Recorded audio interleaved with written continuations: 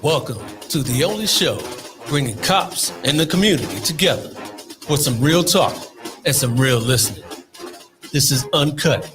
This is uncensored. This is Black and Blue Live. Welcome to Black and Blue Live, everybody. How you doing out there? My name is Dale. I'm the host of Black and Blue Live, host of the Black and Blue podcast. Thank you, everybody, for joining me here today on YouTube, Facebook, Twitch, Twitter, and of course, Periscope. Like I say this all the time, this show is about law enforcement, diversity in law enforcement. It's not just the cops that are out there. It's also the people that are behind the scenes, the people that help you help us. So to that end, we got some dispatchers here on the show today. Let me bring them in one by one, introduce them all, and then we'll get with our chat here. Our first dispatcher works with LAPD. She is a dispatcher there. Everybody, please help me welcome in Miss Marsha Myers. Hi, how are you? Good. How about yourself? Great, doing great. All right, glad to have you on. All right, let me remove you again real quick, and then our next dispatcher here. She works for Sacramento PD. That's north of us. I live down here in Southern California, the best part of California, but I'll let her debate that with me when she gets on here. Everybody help me welcome in Ashley Valenzuela. I think I heard you wrong. The best part, there's some static there. No, Hi, everyone. How you doing? No, I'm just clowning. I love it up. I love it up north. I love it up there. So thank you. You doing okay up there? I'm doing good. It's a little hot, right. but we'll survive. Yeah. Same down here. Glad to have you on. Thank you. All right. I'll remove you there. And then our next dispatcher, she works for Delano. We had a little debate about was it Delano or Delano PD, but everybody please help me welcome in Michelle Hernandez. Hi. How you doing, ma'am? I'm doing great. How are you? Excellent. So you are Delano's in Central California, right? The Central Valley there. So Central Valley, for everybody that doesn't know where that's at, thank you for joining us. I will remove you as well real quick, and we'll get our last guest on right now. She's from Texas. She was a dispatcher in Plano, Texas out there. Everybody help me welcome in Miss Laura Bryant. Hey, how are you today? Excellent. How's it going out there in Texas? It is hot. Oh, it's hot, but it is going great. For those that don't know where Plano is, it's just north of Dallas. So going good. All right. Glad to have you on. All right. Let me bring everybody back on here. We got Marsha, Michelle, and Ashley. Thank you, everybody, for coming on. Appreciate you. I wanted to give you guys some love as dispatchers, the unsung heroes of law enforcement. Not everyone gets to know all about dispatchers and what you guys do. They see the TV shows about dispatchers, and they hear about you guys 911 on the shows there, but no one ever gets to see the faces. So I wanted to bring you guys on. So let's talk about your experience and everything that you do there. Marsha, you work for LAPD. Tell everybody about your experience. How long you've been doing that? Yes, I work for LAPD. Dispatch Communications Division is the actual name, and the title is Police Service Representative 3, and that's basically just a dispatch instructor. And I've been there 26 years, kind of on the downside of retirement. All right, on the downside, huh? Downside. All right, glad to have you on. Glad to have you on. And Laura, I know you were formerly, but you are a big YouTuber now. So, I stumbled on you on YouTube, and so tell everybody about your experience and what you're doing now. Yeah, so who would have ever thought that a day in the life of a 911 dispatcher would turn into me just really helping people for their career as a 911 dispatcher. But I was a dispatcher for nearly 2 years for the Plano Police Department, or Plano 911. I was a 911 call taker as well as an NCIC dispatcher. All right. Well, thank you for coming on. And all right. So we're on Facebook, YouTube, Twitter, Twitch, and Periscope. So everyone, please send in your comments and questions. Miss Martha Castro Gaynor says, "I see you, Ash." She says she sees you on Facebook. So Ashley, tell everybody about your job and where you're at. Yeah, my name's Ashley. I am a dispatcher for the Sacramento Police Department. Official title is a dispatcher 2, which means I answer 911 as well as dispatch officers out to calls for service on the radio side of things. Excellent. And last but certainly not least, Michelle, tell everybody about your job, your title, and where you're at. My job is Public Safety Dispatch Supervisor in Delano, California. It's a small department, so it's not unusual for me to still work dispatch. I had just got off working a shift to cover for maternity leave. So I've been doing that for 21 years. Oh, wow. 21 years. So you're an OG vet over there, huh? Yes. All right. Glad to have you on. So tell everybody what really is the job of a dispatcher. What does that entail on a daily basis? Anybody could jump in there. How about you, Ashley? Go ahead. I know you want to jump in there. Go ahead. It's definitely, it's a bunch of shades of gray. It changes from call to call, and you have to be really able to adapt and kind of navigate through people's trauma, really. They're calling you on what's for them the worst day of their lives, and they're trying to communicate why they're calling, and it doesn't always come out clear. So a dispatcher has to really be able to get to the why quickly in order to get help there quickly and the right amount of help. Right. Every call is a different level of response. Yes. Some calls don't even call for police when they do dial 911. So really figuring out what each caller needs. And it's one call after another. We go back to back, depending on where you are. There's a lot of shortages in dispatching in certain departments. So, you can go call to call, critical incident to critical incident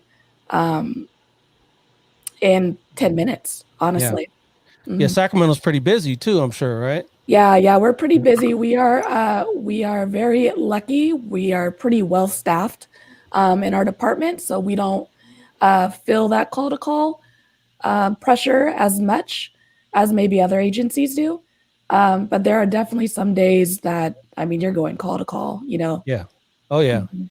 How about you, Michelle? How's the dispatch call out there in Delano as far as frequency and severity? I would say for a small agency in a rural community, we stay very busy. We have a lot of property crime, but we also have a lot of violent crimes and crimes against people. We're the largest town in our area, and we are bordered with 4 different other agencies jurisdiction-wise. So we have a lot of calls that we're constantly trying to route to the right agency, or sometimes it's literally across the street, so we have to just go and get things started. But again, like I said, we're a small agency, so we dispatch for animal control, sometimes code enforcement. So we keep very busy. Okay. All right. I think we lost Laura there for a minute. Maybe she'll come back in a minute. We got Mackenzie Johnson on Facebook saying, yes, SAC PD, go Ashley. It's like you got a fan club here today. So appreciate you. Also, the 916, that's you guys up. Is that Sacramento or where's 916? Yeah, that's so, Sac. again, all right. Ashley, that's my boo. Arthur. All right. So again, feel free, everybody else. We got Michelle and we got Marsha here as well. So everyone, please bring in your comments and questions, and we will be. Looks like we got Laura back. All right. All right. Glad you're back here. All right. So on the daily, we talked about the frequency. Let's talk about LAPD real quick, Marsha. I'm sure you guys are pretty busy on the daily. We are extremely busy on the daily. We cover like 464-ish square miles of area. And the LA set up a little bit differently where we have dispatchers and then we also have call takers, if you will. So we're all cross-trained in all of it, but one day you may be a call taker only, and the next day you're just strictly dispatching to the police. So we are extremely busy every single day. All right. And then Laura, so you're back here. What was life like in Plano in dispatch over there? Was it pretty busy? Definitely stay busy.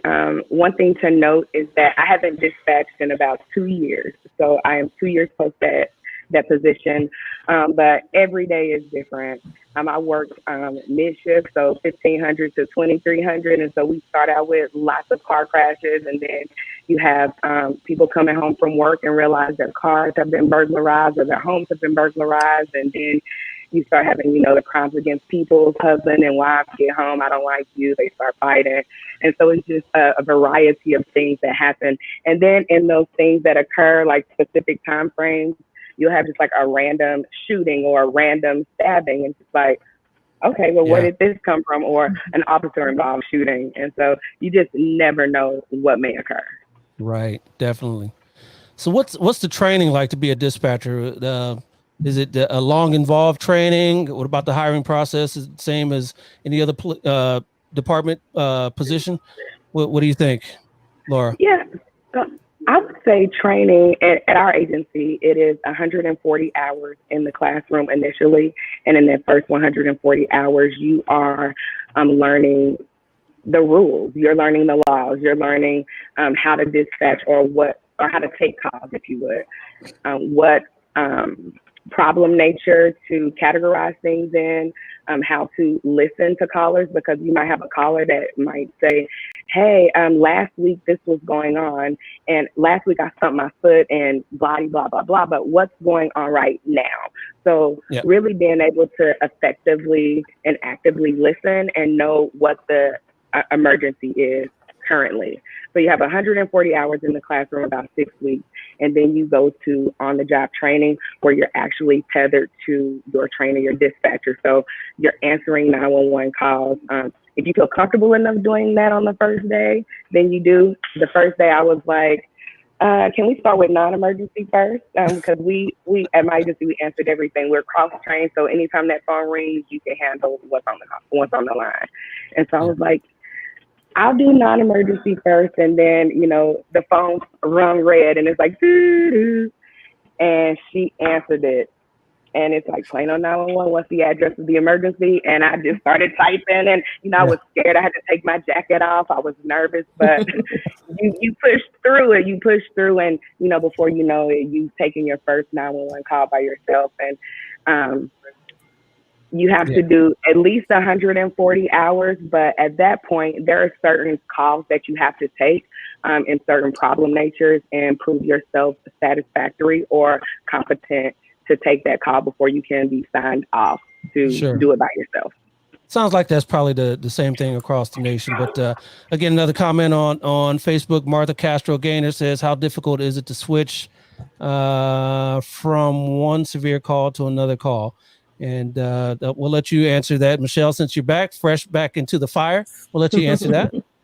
I think because of the training we have, and I think experience, is kind of like it just flows naturally. So I think we there's no time to kind of figure out, this call is more difficult than that call. It's this, you have this call, you handle it, you get the next one, you do what you have to do with that one, and then so on and so on. So I think just the training and the experience just helps you, easily flow into the next call and do what you have to do. And I think the urgency to help is what kind of helps you go through those calls without worrying about what's this next call. You kind of just go to the next one. How can I help this next person? Right, definitely. So I've got some things I want to play here to show you guys and the public out here, all the viewers, the day in the life of a dispatcher. So this is basically what a dispatch center looks like. Is that right, ladies? You guys kind of worked in a situation like that, right? Yes. Yep. Yeah. All right. Yep. So just for everybody to see that. And then also, you guys, another comment here from Alea Reese, the raspydispatcher.com, another fan of you. So we will definitely plug your shows there, Ashley, no doubt. But everyone check out the raspydispatcher.com. But everyone check out A Day in the Life here on that show. Anyone watch that show 911?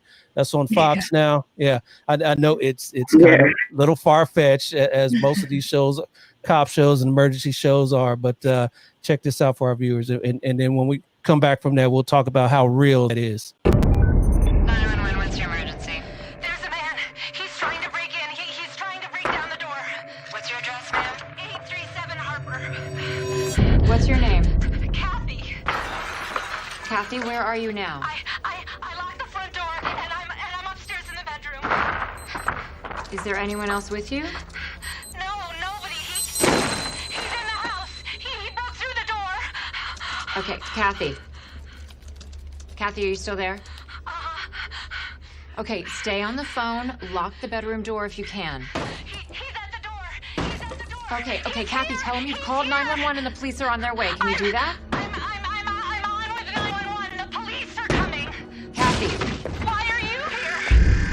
Why are you here?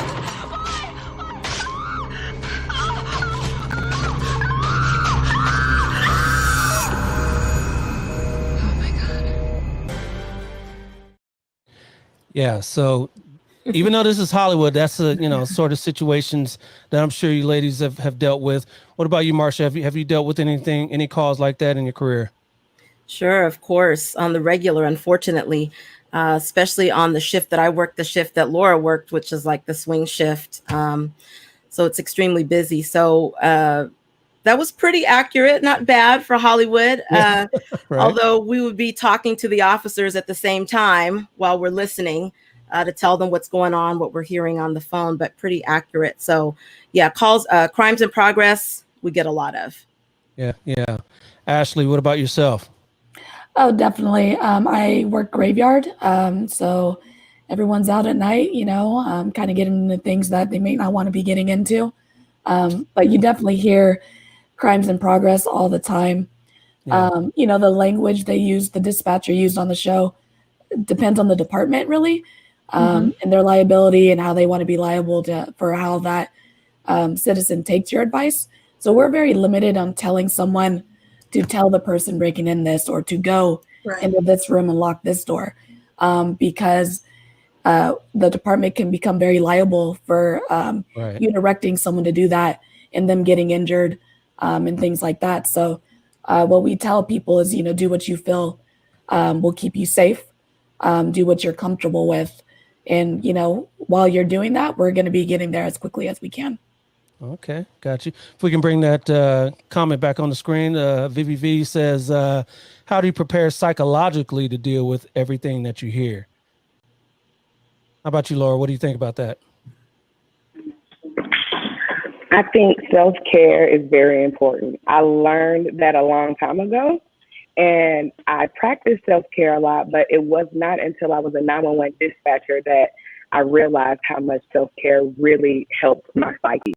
Because you'll answer a call one moment, it might be a burglary in progress, a robbery in progress, it may be a choking child. You never know what you're going to encounter when on the phone. So I believe self-care is very important.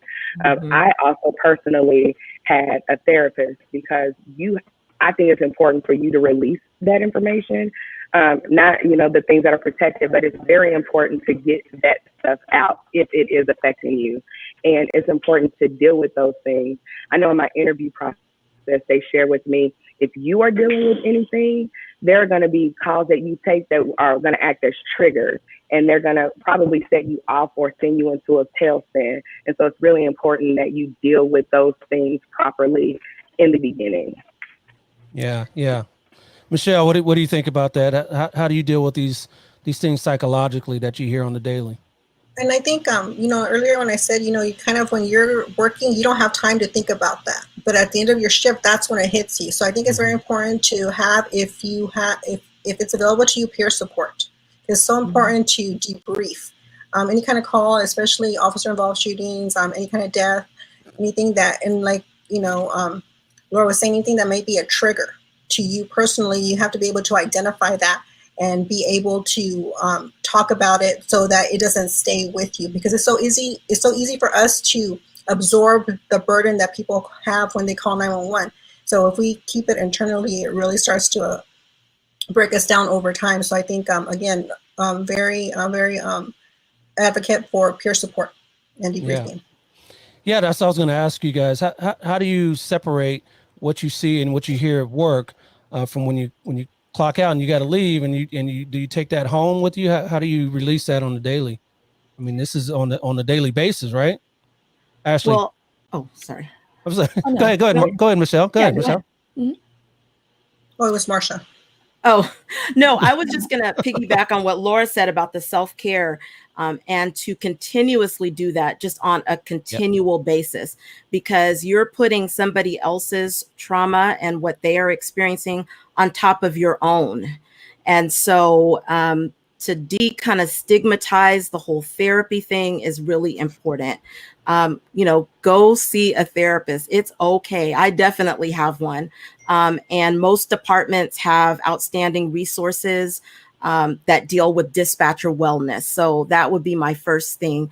And then also in terms of taking it home at night, I don't know, like I'm a Christian, so my faith plays a big part in how I operate in all things. And so I pray before my shift and I pray after that I don't take it home, but I want to take enough of it to maintain a level of empathy for what people are going through on the phone. So there's a balance there, but dispatcher wellness, really important. You have to take that seriously.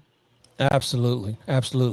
Again, we're live on Facebook, YouTube, Twitter, Twitch, and Periscope. Please send in your comments and questions. This one's from Robert Steed on Facebook. Did your agency have a formal peer support program?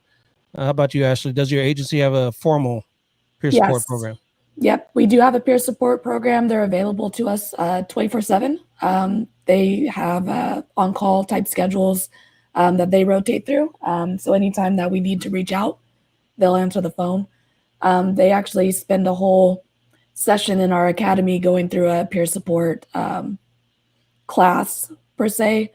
Talk about triggers, talk about how to deal with, the things that we hear and how not to negatively cope. Like any job that's high stress, there are a lot of negative coping mechanisms out there, alcohol, smoking, things of that nature. And you don't want to use negative things to get through your shift. So self-care, self-awareness, peer support, being able to debrief with somebody is really, it'll make your career last a lot longer. Yeah. All right. And the job isn't always, gloom and doom every day. I mean, you guys come across some pretty interesting and funny and ultimately dumb things that people do on the regular. Why don't we talk about a couple of those to switch gears here a little bit? Laura, can you think of a particular call or anything that I'm sure there's been a few for everybody here involved, but can you think of one offhand? Man, lots and lots of funny stories, lots of dumb stories, lots of so you thought you should have called 911 for this? That's a lot of that, I'm sure. Yeah, But some of the funniest things that I have encountered are people who like to bother other people. We had this one guy who used to play on our phone all the time, play on 911. Who calls and plays on 911?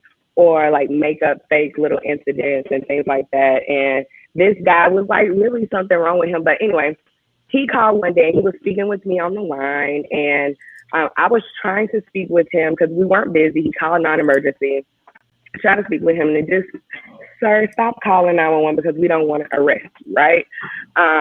And so I talked to this guy for maybe about 5 minutes, and I asked him if he didn't have an emergency, if he would go ahead and disconnect. He said, well, what is your boss gonna say when they find out that you've been flirting with me this whole time? Like, I've been listening to how you talk to me. I hear your voice. I hear you sounding sexy. I hear all of this. I'm like, sir, you are calling 911 to go harass your baby's mother. If you don't have an emergency, I'll go ahead and disconnect now. And he's like, can you be my emergency? Can I have you? And I just went ahead and disconnected. So you get a lot of guys. Some guys, they get really flirty, or they hear your voice and it's like, oh, well, how are you? And I'm like, I thought that you had a problem. Like, what's going on? Well, they do have a problem. That's it. they do have a problem. Yeah. How about you, Michelle? What about any crazy things that happens over there? Well, I had a humorous call a few weeks ago, and in the light of everything that's happening with COVID-19 and all, this juvenile called 911 and he was upset and crying. So I was trying to figure out what's going on with him. And it turns out he was 10 years old and he was calling 911 because his father took away his cell phone. And he was being punished because he did something that he wasn't supposed to.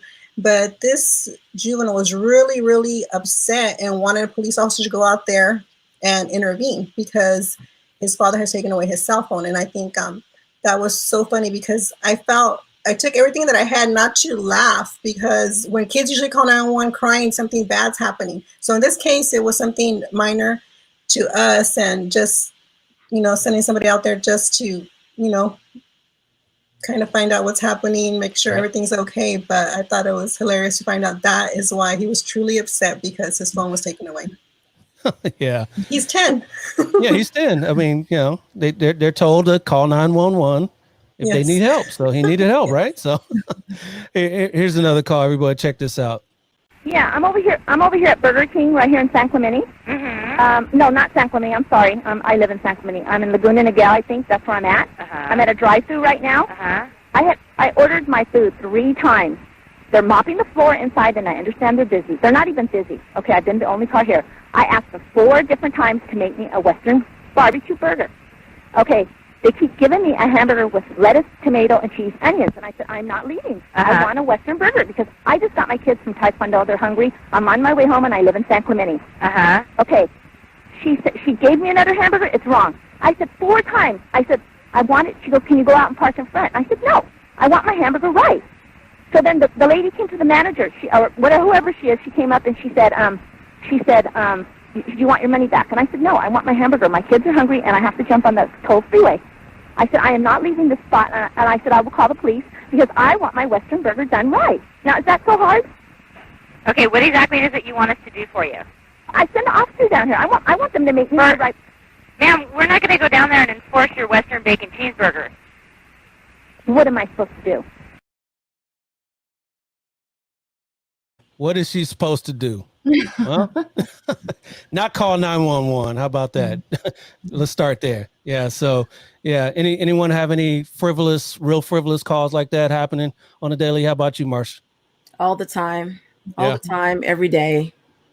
Absolutely. Yeah, Especially food orders, business type disputes. Won't give me a refund. I pumped $10 of gas. I gave them $20. They won't give me the $10 back. Yeah, it's all day. Yeah. We as an officer, I guess the policy in my department is if you call, we'll go. So regardless of how frivolous it is. So, when we see that on the screen, on the computer screen in the car, and we go, really, why are they putting that on the screen? But, it is what it is. And then we have to deal with it. But I'm sure you ladies are thinking the same thing when you get in the call. It's like, really, you're calling the cops for that. But it is it's just as dumb hearing it. So we got a Mackenzie Johnston on Facebook. She's asking, what is any advice you have for possible first-time 911 callers to help dispatchers get them some help? What advice do you have for 911 callers? Know where you are. come out, bro. Know where Just you go are, yeah. for it. Location. Yes. You mean We you don't know cannot where track they you. are? You don't know where they are right off? No, No. it's not like the movies make it out to be. If we're lucky, maybe we can get you within 5 to 10 meters. If we're lucky, it depends on your cell phone carrier. Yeah. It depends on a lot of things. I had someone reporting a shooting one time at a house party, and they were running and they had no idea where they were. And I get it, that's a high stress situation, but it's really important just to be aware of your surroundings, just kind of know your general area. Because if you don't know, we can guess if we have good meters, but knowing really gets help there quickly. Yeah. Yeah. What about you, Michelle? What do you think? What can you, other than location, what can a 911 caller give you to help you out? I think it's important for them to answer our questions, because sometimes they give so much information and all at once. So it's really hard to us to try to filter it. It just takes that much longer. So just to be prepared to answer our questions, and we'll get the information. It helps us get the information out quicker and us to determine what kind of assistance they need. Yeah, definitely. So how do you ladies feel that your perception to the public is, to the outside world? What do you think the public views dispatchers as? Marsha? I don't know. I think it's maybe progressed a bit, and I think it depends on, where you live and what kind of relationship you have with calling in to the police. So I'm hoping that we're all courteous and kind on the phone, so that if it's the first time somebody's calling, doesn't leave a bad taste in their mouth. We went from Flavor Flav back in the day to 911 as a joke to, I hope, evolving into something that is just much better, rendering aid and service. So yeah, I would hope that the public has a good perception. Like you said at the top of the show, people don't see us, so they don't understand that the reason that an officer showed up at whatever scene they're in is because we directed them there and gave them the best information that we possibly could to get them there in a timely manner. So, yeah. Mm-hmm. I would say we're definitely that first point of contact with the public, and that point of contact might be the only time they call 911. So if their experience with that dispatcher is negative, they're negative with the department or whatever agency they're working for. We reflect our agency from the moment that phone dropped in our ear. We set up the officers for success, essentially, with information. Sure. And that's getting that citizen to come down, to a level where we need them at. If we get that citizen even more upset because we're having a bad day per se, it's going to set the officer up for an even more hostile situation than is necessary. So it's really our job to, in a customer service sense, be there to get that information for our officers and give a good experience on a bad day to whoever's calling in. Right. Another comment on Facebook from Martha Castro Gaynor. I feel that dispatchers are our unsung heroes. I agree. A little applause there. Yeah. And Robert Steed again is asking, have dispatchers in your state been accorded legal first responder status and recognition? What about Marsha? Can you answer that for California? Sure. Ours is in process. So we're done with the city level. So yeah, it's in process at this time. I really think it's going to happen. Okay. And for the viewer, what does that entail to get that status? Oh, go ahead. Yeah. Sorry.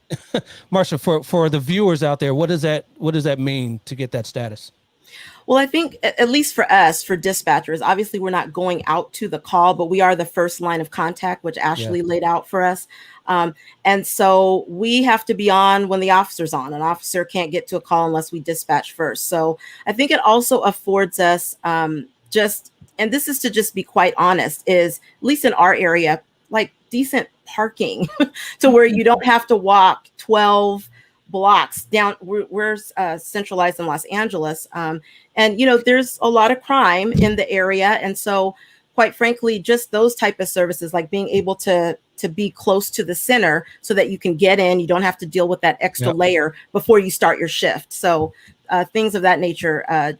Being on longer than 8 hours, doing the 10 and 12-hour shifts, things of that nature. So for us, I think it will help quite a bit. So Gotcha. I really think it'll go through. Yeah. Laura, you're going to Yes, say something? Good. Yeah, I think in September 1, it passed in Texas. So in the state of Texas, 911 dispatchers are now considered first responders. So that was really exciting. I saw my dispatch friends. They were like really stoked about All it. right. And I missed it. So, but I am super excited for them and rooting for California because it is very well deserved. Yeah, I agree. So you ladies all deal with the just the police side of things. There's no fire, no EMS. Is that correct? No. Okay. No, we transfer out. Okay. So what's the relationship to the officers in the field you think dispatchers have to the people in the field? Michelle? I think for us, we're a family. We're a small department, so we interact with them. Well, prior to COVID, we interact frequently. Right. Have barbecues, things like that.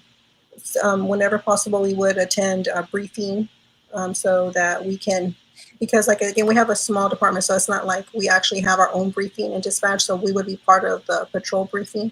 So I think a family unit. I think that would be most accurate for us. Mm-hmm. Mm-hmm. Ashley?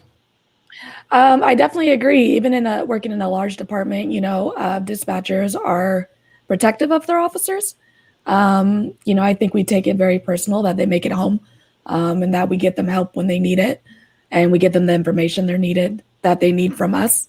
But I definitely think from dispatch out to our officers is, we do our best to do what we can for them, and make sure they come home at night.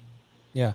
Do you find it difficult where, you want them to get home, but you don't know them personally most of the time, especially in large departments like yours, right? Oh, yeah. But I know your identifier. Really, though, we have a very large department, and, I'll know who my graveyard officers are. I might not always know their name offhand, but I know their identifier. I know who's working the shifts. I know how they operate, what they like to do, who's the one that's going to find that stolen vehicle, things of that nature. For us, we call, take, train first, and then we move to radio.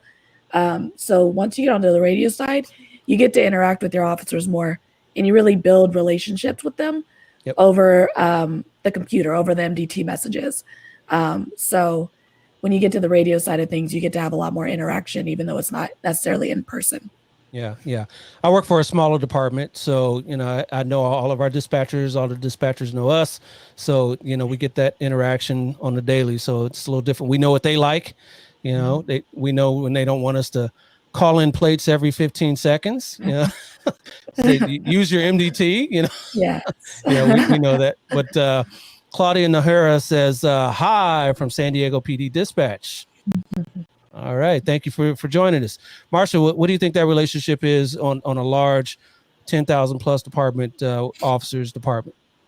I know, same as what Ashley outlined, same thing. I know you by your identifier more so than even when people retire. Oh, it was, whatever, 18 Mary Queen 122. Like, I'll remember the identifier, but not the name. But same thing, like those unit designations on a screen they're people behind those unit designations. And so I know when I, roll up to work a position for the night, I take it very personally that they all get home safely. And so I do my job, I do my best to ensure that happens, to do my part in ensuring that happens. So I think we have a good relationship, with the officers that are out there. But like Ashley said, it's over the computer. It's over the MDC and not always face to face. Over the years, as you work, at least in a large agency, we did used to get to rotate out to the stations and work at the stations. And so we saw the other side of things. We saw, people being booked and all of that. And so we got to meet the officers that way. So then when you go back down, you remember, oh, I worked with him in the station, or I worked with her in the station. So huge department. Yeah. What sort of advancements are there for dispatch? I know we said, there was a dispatch 1 and we go from there. What sort of different opportunities are there for different dispatchers at different departments? Well, I know for us at LA, I think, and it's grown since the time that I've been there. So we have our trainee or our dispatcher, or we call them PSR1. And then after they're off probation, they become a PSR2, and they do the radio and call take. And then PSR3 is the instructor, or the FTO, if you will. And then you can become a supervisor, which is like a senior PSR. And then there's 2 levels of that, 1 and 2. So I've been really pleased to see the growth in the ladder since I started. When I started, it was just PSR instructor, and the supervisor, and that's it. So there's some room for advancement there. All right. So Gina Daniels on Facebook says, "Hi, Marsha, best LAPD instructor, mentor, and friend." Oh, thanks, Gina. Yes, thank you, Gina. And Carol Peters says, in relation to seniors, do you recommend, if possible, that they maintain a landline in addition to a cell phone? What do you think there, Yes. Laura? And anybody? Yes. Yes, Yeah. absolutely. And 911, if you want us to know where you are, a landline is the best line to call from. You call from a landline, we'll know your exact location when you call the phone. As long as it's like not be voice over IP, which, you know, those are the internet lines that you get with your cable companies. And so they sometimes, or like the different phone apps and things, so they sometimes are not necessarily connected to your address. So you have to go in manually and update that information for the system. But for seniors, especially landlines, absolutely. Yeah, I found that a thing in my household because I know firsthand that, cell phones don't necessarily go point to your address, that, we barely use our landline, and, we want to cut that expense. But, I tell the wife, no, we gotta have a landline for that same reason. If I'm at work and you need to dial 911, they need to know exactly where to go. So, yeah. Mackenzie Johnson says, "Thank you all for doing this. Dispatch education is so important." Thank you. Thank you for joining us. So we talked about, opportunities. We talked about type of calls that you've been on, that you've handled. Have you guys ever handled anything, say like an officer or someone else has been injured or killed on duty? Anything like that? What about you, Michelle? Has anything like that happened to you that you've had to dispatch? I have been on the radio when not an officer was killed, but he was injured, and he just got into a situation where he was quickly surrounded by a bunch of people that were not very happy, and his backup was far away. And this officer was actually, or is, a very good friend of mine. So it was kind of, you kind of like when you're dispatching, you take yourself out of your personal element. And you do what you have to do. Again, your training kicks in, and you do what you have to do professionally to make sure that you're composed and sending help and staying there for him to know, hey, your backup's on the way, and making sure that you're there to help them. So, but thank goodness I haven't had an officer die while I was working the radio. Yeah. Anyone else? Ashley? Yeah, we get a lot of shootings in our city. So we answer those 911 calls often. We dispatch them out often. Officers have on-viewed drive-by shootings before. So you're sitting there having a very, the Q word we can't say, day. And then all of a sudden an officer will come up, saying shots fired. So it definitely happens. And you just your training kicks in, and you just kind of type. You just type and keep typing. Yeah. V again says, "How do you keep calm under those circumstances?" I would say honestly, training, you don't have time to not be calm. And you're trained to know that. And there's always this little moment where you're like, oh, okay, go, and we're off. We're in the races.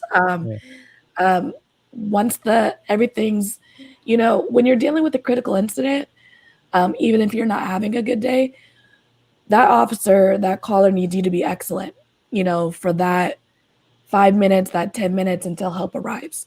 You don't have the option to not be. So your training just kind of makes you go. And then once everything's done, then you can take your moment. You can take your peer support. You can take your debrief. But, you kind of just pedal and keep pedaling. Yep. Marsha, have you ever been involved in something like that?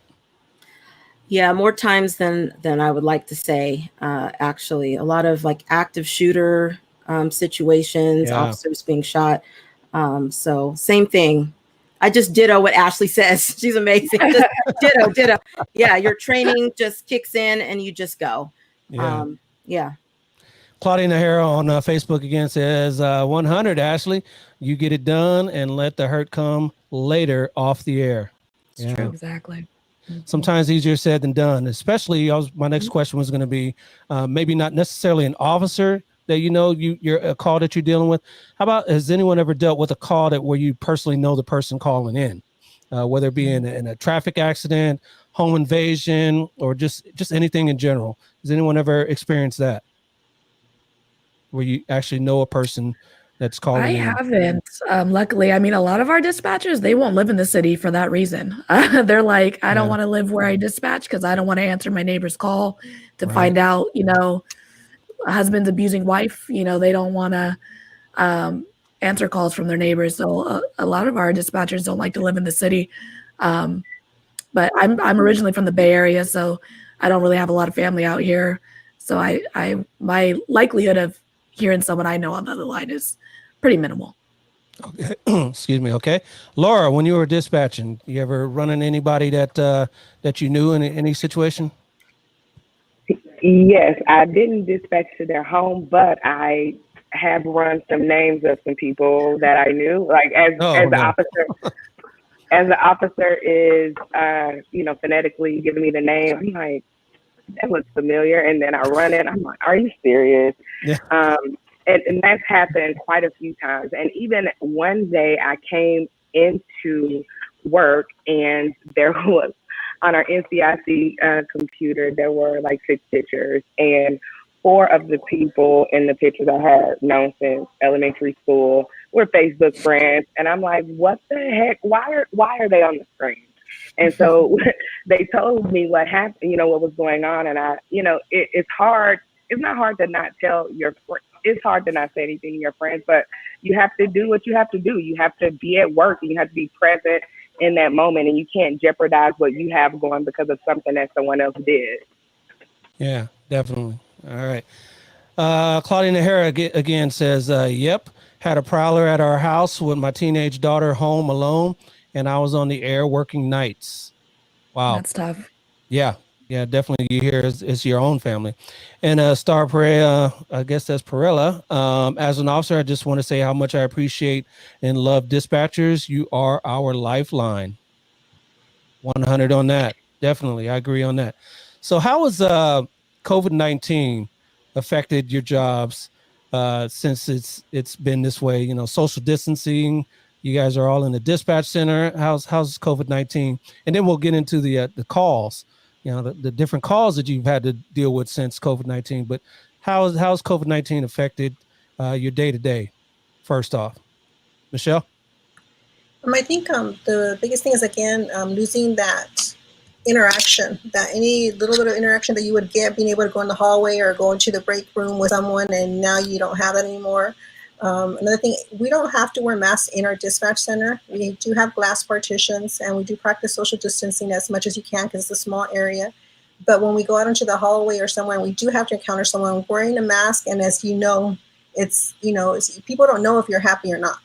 So it's kind of like, I feel like it brings some kind of like, I don't know, this awkward feeling of like, look, I'm smiling under this mask when I run into someone in the hallway because I feel bad because, you can't really demonstrate. So I think that's kind of been a little bit difficult because those couple of minutes that we wanted to have a social interaction, we really can't anymore. Yeah. Marsha. Well, for us, I think it goes back to the dispatcher wellness, just 2 things, which is, COVID has affected all of our lives in different ways. We have people who have elderly parents that they're caring for. We have, people with small children who now they're at home and we can't take 911 calls from the house. So we have to still go in. So people are dealing with the changes in their everyday life and then still having, obviously, to come into work and do their job. So there's that impact. And then I would just say, just on a larger social impact, is just having to ask those questions when people call in. So we've have this protocol where we just kind of ask you, have you experienced any symptoms of COVID within the last couple of days? Are you experiencing them now? So that the officers know how to respond and what precautions to take. Yes. Inside of our dispatch center, we do wear masks at our position. We have a huge dispatch center.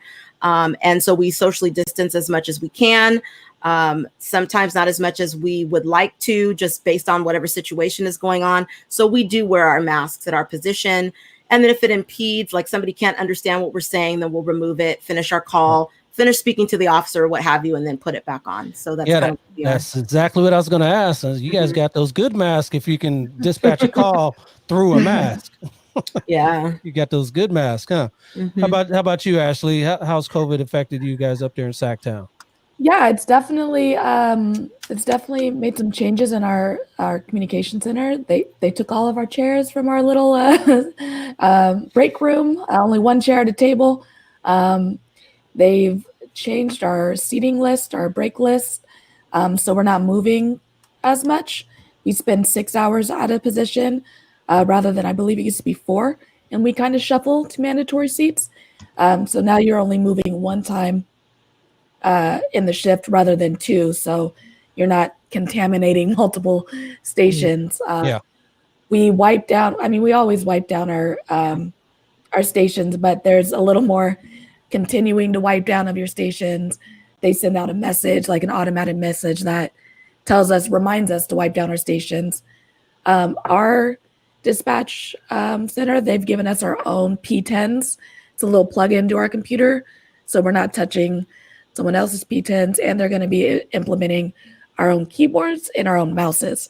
So that should be interesting when that does come into effect. But we do have to wear masks when we move around the comm center, but at our seats, we don't have to wear them. Okay.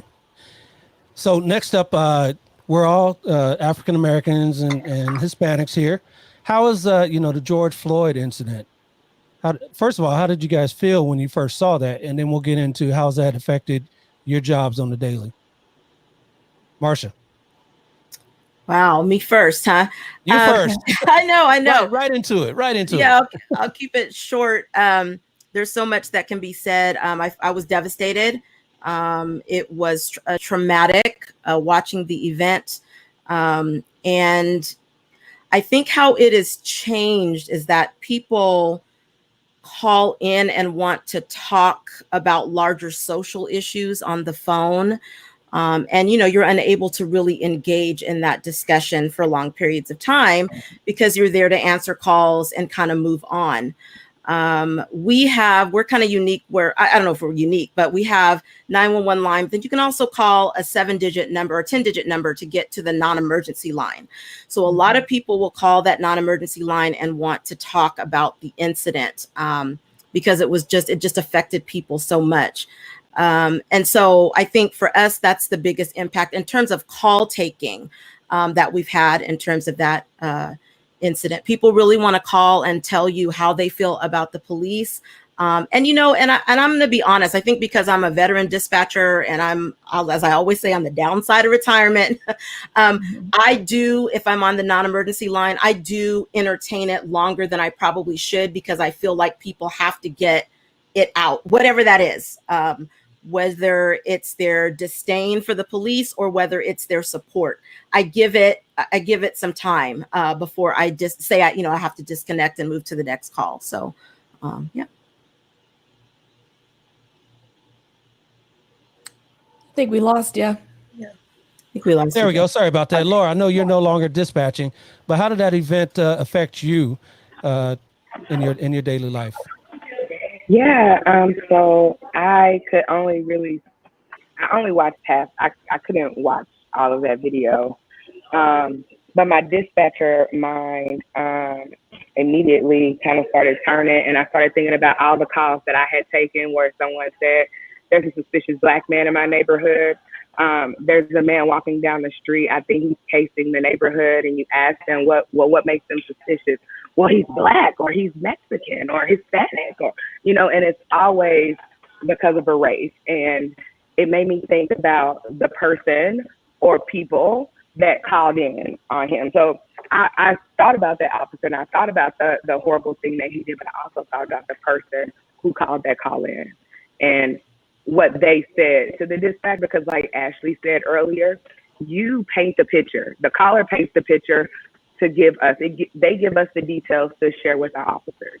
And if you are given the details and we're going to send our officers to a situation and we think that there's a threat and we're preparing the officers for a threat, they're going to go into that situation prepared for a threat when, and all the while, there was no threat even to begin with.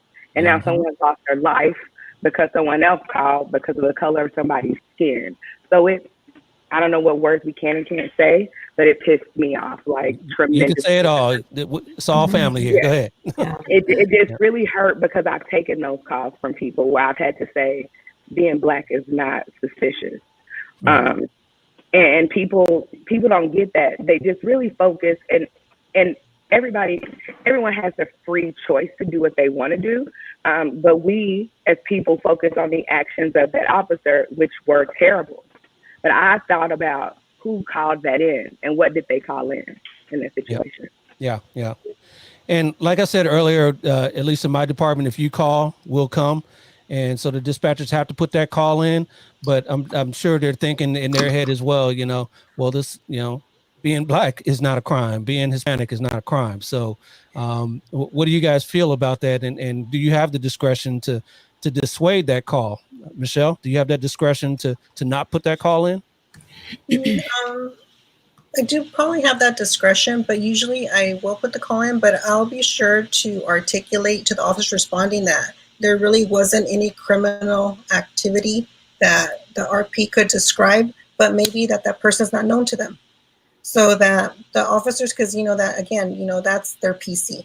If you guys are going to go out there and they're responding and making a stop, we want to make sure that they know, hey, I don't, if I approach this person, is it going to be a consensual contact instead of, what are you doing that, So suspicious activity, that's always one of those really subjective calls because, to try to get the caller to tell you, well, I need to know more. What is it? Yeah. At least if it's not known, that's one thing. Okay, you don't know this person.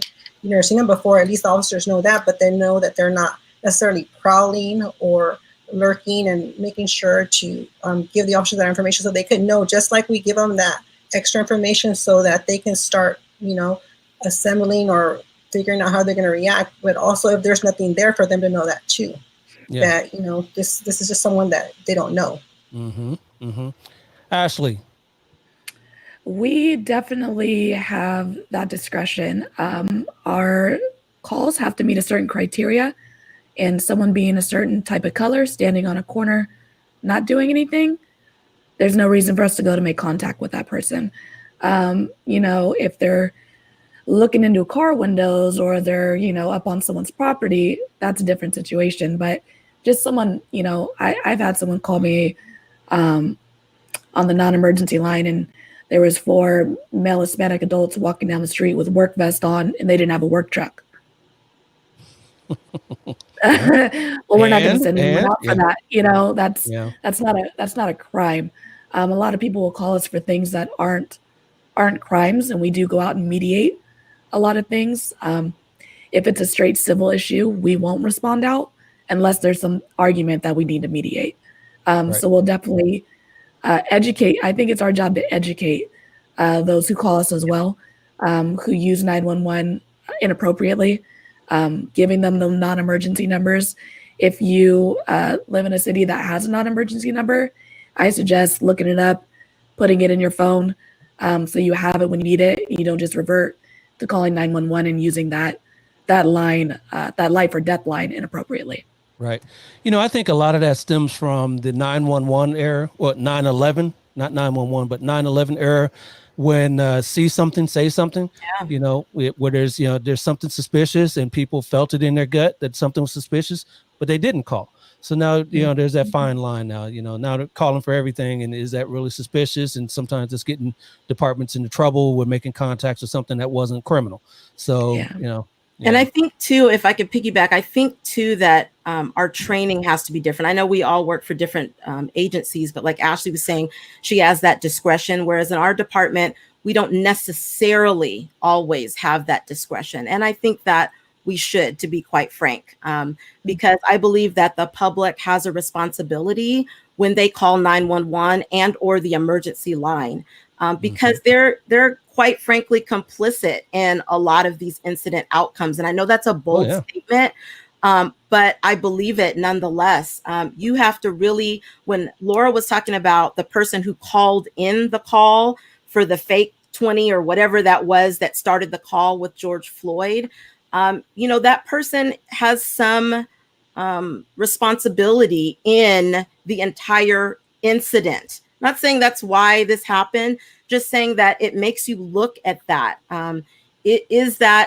Is when you call the police, is it a crime?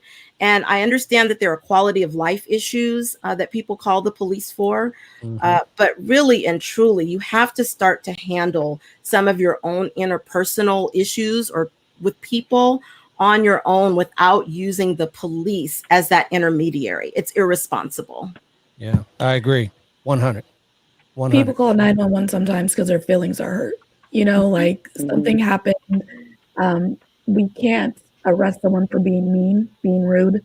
You can't? Road rage incidents, things like that. Sometimes you just got to drive the other way, Absolutely. But if there's an actual crime and there's fear and you can't leave a situation, of course. But sometimes you got to be the bigger person. Absolutely. Yes. And again, another comment on Facebook from a Vivi V. How do you deal with those callers who repeatedly call always ends up as attention-seeking behavior? What do you think about that, Laura? Oh, well, I mean, at our agency, you have to listen to everybody. You take the call because sometimes the information might be valid.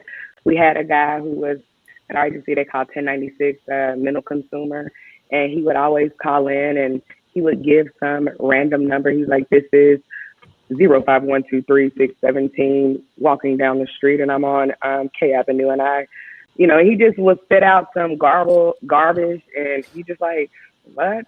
And sometimes it's nothing, but sometimes in the midst of what he's saying, like he's saying something and it makes sense. He's like, yeah, there is a green receptacle and I think there's smoke signals coming from it. And like, smoke signals coming from a green receptacle. So maybe that's a dumpster fire, right? Okay. And so we put that in, even though it's this guy who always calls us with fictitious information, and it happens to actually be a dumpster fire. And so you can't just write those people off. You can't just like say, it's just, this 1096 person, I'm going to go ahead and hang up the phone.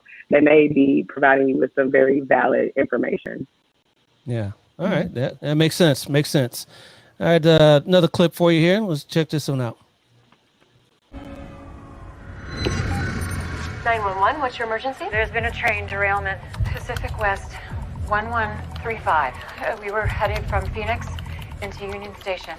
We've crashed somewhere close to the LA County line. Okay, so how There are many? multiple injuries. This is a mass casualty situation. You've got to send out every available RA unit. We need USAR for search and rescue, LAPD for traffic control. We're gonna need a mobile command center. Call them now. Okay, it seems like you've done this before. Yeah, but I was on your end of the line. I used to be a 911 dispatcher. So that's from our favorite show again, 911 on Fox. I played that to lead into my next question. Has any of you ever needed to call 911? And if you did, how was that situation for you? Anybody? Yes, I did. I actually made a video on this on my channel. One night I was asleep in my bed and I heard a banging on my door and I heard somebody trying to make entry. And all I could think was, good, this is just perfect. And so I went in the kitchen, I got a weapon, I called 911, I gave them my address, and meanwhile, the guy's still trying to get into my apartment. As I'm speaking with the 911 dispatcher, she's asking me these questions. She asked me, do I have any weapons? Yes, ma'am, I do have a weapon. She tells me to put my weapon away. And I say to her, as long as this guy is at the door, I'm going to do whatever I need to do to keep myself safe and out of danger. And she said, oh, okay. And I said, ma'am, I used to be a 911 dispatcher. Go ahead and go through the SOP, answer the questions. I don't know what, so I know what she's going to ask me because it's a burglary in progress. So I know, and I'm trying to answer her questions, but she's like, put your weapon away, put your weapon away. I'm not putting it away until officers get on scene because I know what the protocol is. Don't worry about me behind this door right now. Worry about this guy that's on the front side of the door because I don't even know if he has any weapons, right? Yeah. So it was just really different having that adrenaline going on that end and having to answer the questions. I know how callers get, like, I don't want to answer your questions. They'll tell you the address, tell you what's going on, and hang up on you. And it's not that I wanted to do that, but there was a moment when I'm like, if she tells me to put my weapon down one more time, I am going to have a problem because there is no officer on scene. And so just really, I think for me, I anticipated the questions. So I was able to answer them quickly, but I was annoyed at the same time because she constantly kept telling me about my weapon. You know what I mean? Yeah. So that's why I wanted to ask you guys. You were alluding to earlier, or you said earlier, all you guys said earlier, when you call, these are the best practices. Let us know where you are. Try to remain calm if you can. But when the shoe was on the other foot, were you able to do that? And it sounds like you were for the most part. Oh yeah, I'm absolutely able to stay calm. But I just wanted to reiterate to her, listen, ma'am. As long as this man is banging on my door and there are no officers on the scene, I have a knife. I am not going to put it down while he is still trying to make entry into my home. And I had to tell her that so she would stop asking me. And I know why she's doing it. Like, I get that part. Officer safety, scene safety is like number one. We want officers to go home. But in that moment, I needed to protect myself and feel as though I could be protected. Yeah, absolutely. No one else has had a situation where you've actually had to call 911, and that's a good thing. Medical issues for other people. Yeah. Okay, great. All right, so we're going to wrap this up here in a minute. I know we can get on the personal side of things here. Ashley, you just got done speaking there. What are you doing now? You got a YouTube channel that's blowing up? Tell everybody about that. Yeah, so I'm pretty new in this dispatch thing, but I got my bachelor's and my master's degree in criminal justice. I always knew I wanted to be in this field, just never really knew what I wanted to do. And I just kind of stumbled into dispatch. And what I discovered after my 18-month training and probation is that I went through, 5-6 years of school, and no one really ever talked about dispatch and how important it is to policing, to the community. So I kind of started a podcast, The Raspy Dispatcher, and it's on Apple, Spotify, anywhere that you guys could catch a podcast. But I basically talk about, dispatch, training, crimes that involve heavy 911 calls, anything dispatch. And my YouTube channel has a podcast as well. I'm going to be dropping a series that I call Mic Drop, where it's going to be some training videos in regards to call taking, answering calls, the questions we ask, the 5 W's, things of that nature.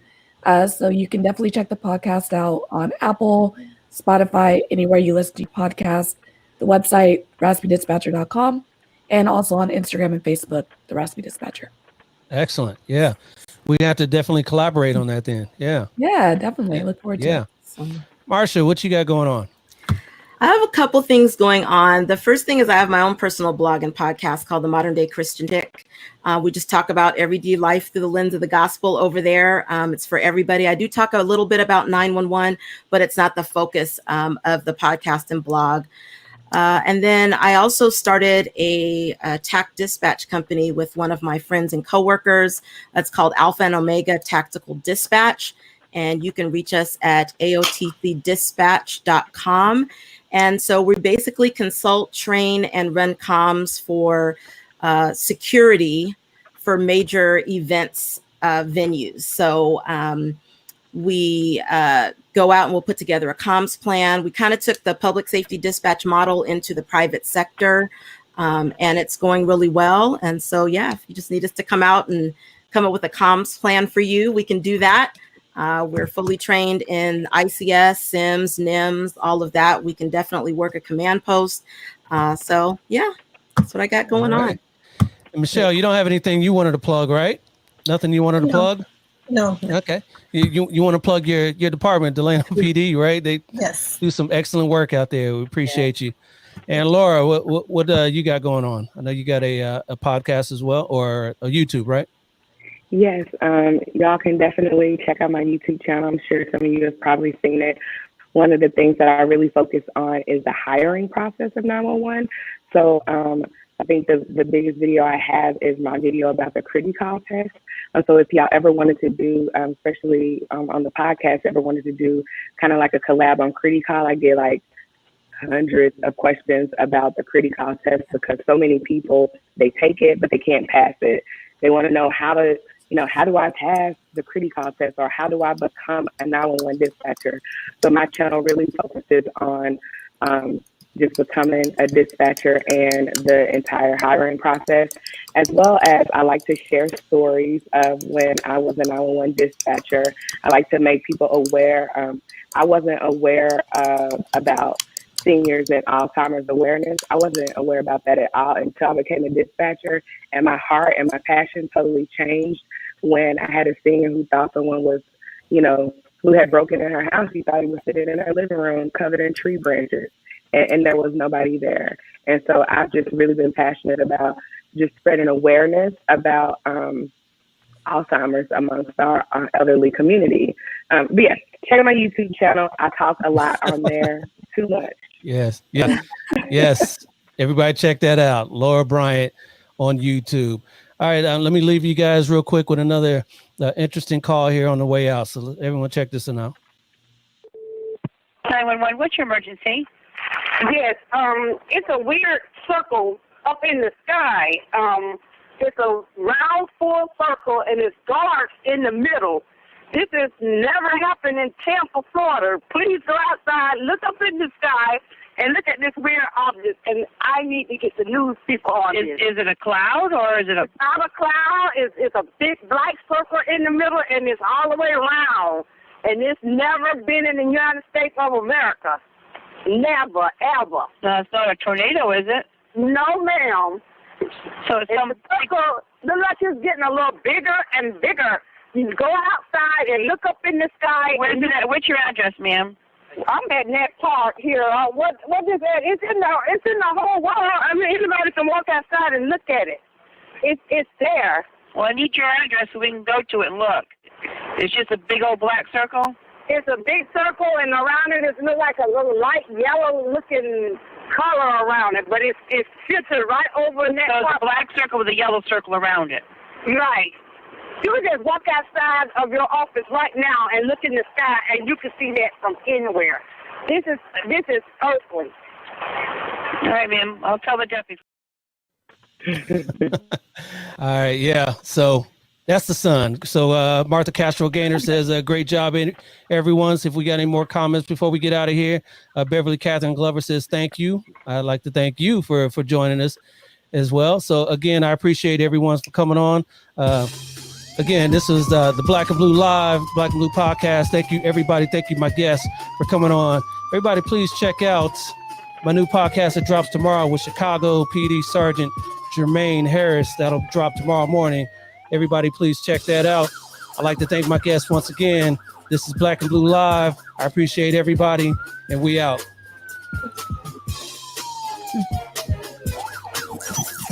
This has been a Maitre D Entertainment presentation.